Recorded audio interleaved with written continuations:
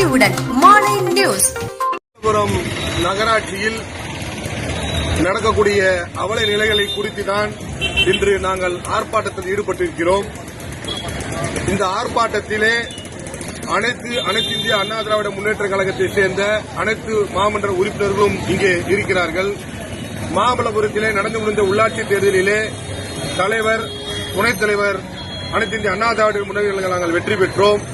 என்று நாங்கள் இந்த பேரூராட்சியை வெற்றி பெற்றோமோ அன்றில் இருந்து எங்களுக்கு ஒருதலை பட்சமாக இந்த தமிழக அரசு எங்களை வஞ்சித்துக் கொண்டிருக்கிறது.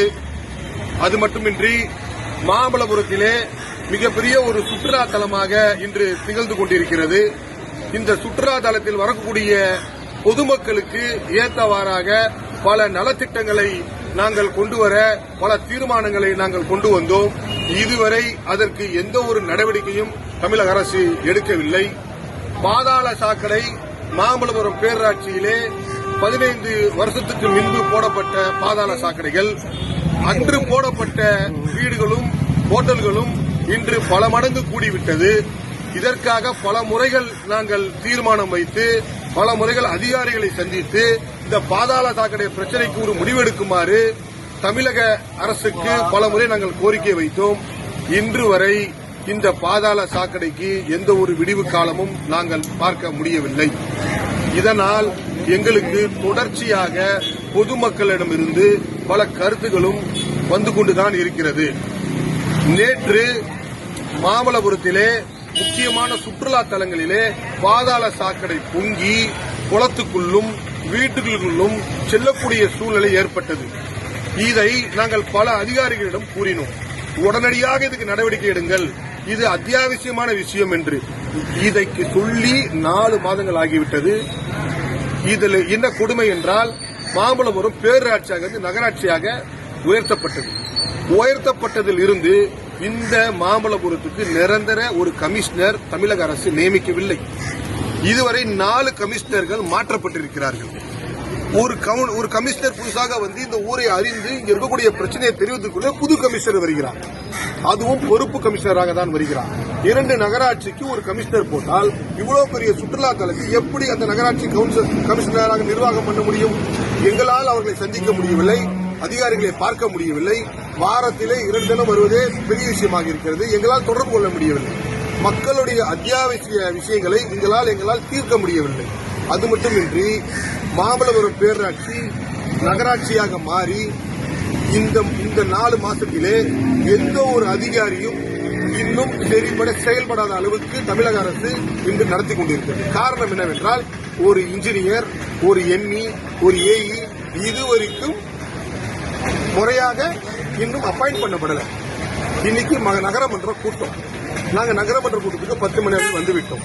நகரமன்ற கூட்டத்திலே சேர்மன், வைஸ் சேர்மன், கவுன்சிலர் அனைவரும் அமர்ந்திருக்கிறோம். கமிஷனர் வரவில்லை, எம்இ வரவில்லை, ஓவர்சீஸ் வரவில்லை. எதற்காக கேட்டால் அவர்கள் அனைவரும் வேலையாக இருக்கிறார்கள் என்று கூறுகிறார்கள். நான் என்ன கேட்கிறேன் என்றால் மாமல்லபுரம் மக்கள் அவர்களுடைய அத்தியாவசிய தேவைகளை கூறுவதற்காக தான் இந்த மன்ற கூட்டம் கூடப்படுகிறது. இந்த மன்ற கூட்டத்திலே அவர்களுடைய வார்டுகள் சம்பந்தப்பட்ட குறைநிறைகளை கூறுவதற்கு அதிகாரி இல்லாமல் எங்களே நடத்தி கொள்ள சொல்லக்கூடிய ஒரு அவல நிலைக்கு இந்த நகராட்சி தள்ளப்பட்டிருக்கிறது. இது தொடர்ச்சியாக வஞ்சிக்கப்படுகிறது. மாமல்லபுரம் மக்கள் அனைத்து இந்திய அண்ணா திராவிட முன்னேற்ற கழகத்தை சேர்ந்த ஒரு கவுன்சிலரையும் சேர்மனையும் வைஸ் சேர்மனையும் தேர்ந்தெடுத்த காரணத்தினால் திமுக அரசு ஒருதலை பட்சமாக இந்த மாமல்லபுரம் மக்களை வஞ்சிக்கிறது. எங்களை சுதந்திரமாக செயல்பட விடுவதில்லை.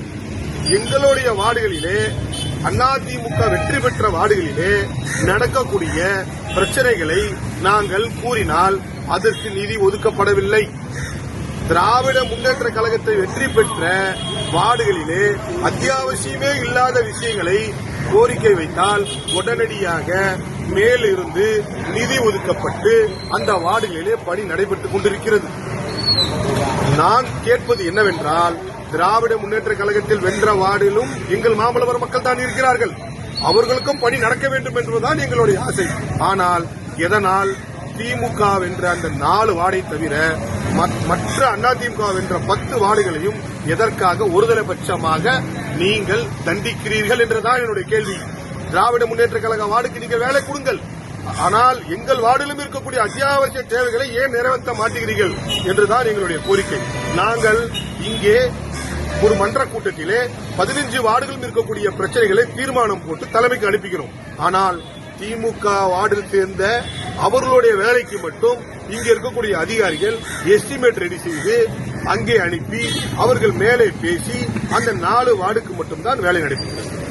அப்பொழுது எங்களுடைய பொதுமக்கள், எங்களுடைய கவுன்சிலர்கள் எதற்காக நம்ம வார்டுக்கு வேலை வரவில்லை, அவர்களுக்கு வார்டுக்கு மட்டும் வேலை வருவதை கேட்கும் போது எங்களால் எந்த பதிலும் கூற முடியவில்லை. வஞ்சிக்கிறீர்களா? மாம்பழம் மக்கள் அனைத்து இந்திய அண்ணா திராவிட முன்னேற்ற கழகம் வெற்றி பெற்ற ஒரே காரணத்துக்காக இந்த திமுக அரசு எங்களை பழி வாங்குகிறதா? கூடி விரைவில் மாம்பழம் மக்களுடைய ஆதரவுடன் இதே பேர் நகராட்சி முன்பு மிகப்பெரிய கண்டன ஆர்ப்பாட்டத்தை நாங்கள் வைக்க இருக்கிறோம். இந்த மாம்பழம் மக்களுடைய எதிர்காலம் தான் எங்களுக்கு முக்கியம். இதில் அரசியலோ எந்த ஒரு தாழ்ப்புணர்ச்சியோ எங்களுக்கு தேவையில்லை. அத்தியாவசியமான தேவையான குடிநீர். இப்பொழுது ஒரே ஒரு கருத்து கூறுகிறேன். அண்டர் கேபிள் லைனை 3 மீனவர் பகுதிக்கும் கொண்டு வந்து விட்டார்கள் மின்சாரத்துறை. தேவநெறி மீனவர் பகுதி, வெம்பூரிசம் மீனவர் பகுதி மற்றும் மாமல்லபுரம் மீனவர் பகுதி. இந்த அண்டர் கேபிள் லைன் புதைச்ச காலத்திலிருந்து அங்கு இருக்கக்கூடிய ஈபி கம்பங்கள் அனைத்தும் உடைந்து சேதமடைந்துள்ளது. இதை நானும் சேர்மனும் சேர்ந்து ஈபி துறையில் நீங்கள் உடனடியாக மின்சாரத்துறை சார்ந்தவர்கள் அந்த கம்பம்லாம் பீச் ஓரமாக இருக்கிறது, ரொம்ப பழுதடைந்து இருக்கிறது, புயல் காலத்தில் அது மக்களுக்கு இடையூறாக இருக்கும், எடுக்கும் என்று கூறினோம். இன்று வரை அது அகற்றவில்லை. மின்துறை என்ன கூறுகிறது என்றால் அண்டர் கேபிள் போட்டுட்டோம்,